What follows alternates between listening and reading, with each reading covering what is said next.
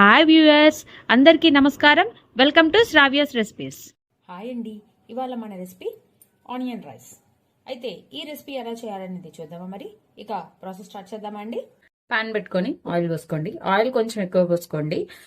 మీకు రైస్ క్వాంటిటీని బట్టి నూనె పోసుకోండి అనమాట. ఆయిల్ వేడెక్కిందండి. ఓ స్పూన్ తాలింపు గింజలు, ఓ స్పూన్ పచ్చిపప్పు, కొంచెం శనక్కాయ గుళ్ళు గోల్డ్ షేడ్ వచ్చేదాకా వేగనించుకుందామండి. గోల్డ్ షేడ్ వచ్చినాయండి. ఇప్పుడు కొంచెం కరివేపాకు వేసుకుందాం. మొత్తం కూడా వేగనించాను. ఇలా కలుపుకొని ఇదిగోండి 4 వెల్లుల్లి ఇలా కట్ చేసుకోండి. వేసుకోండి. ఉల్లిపాయలు వేసుకోండి.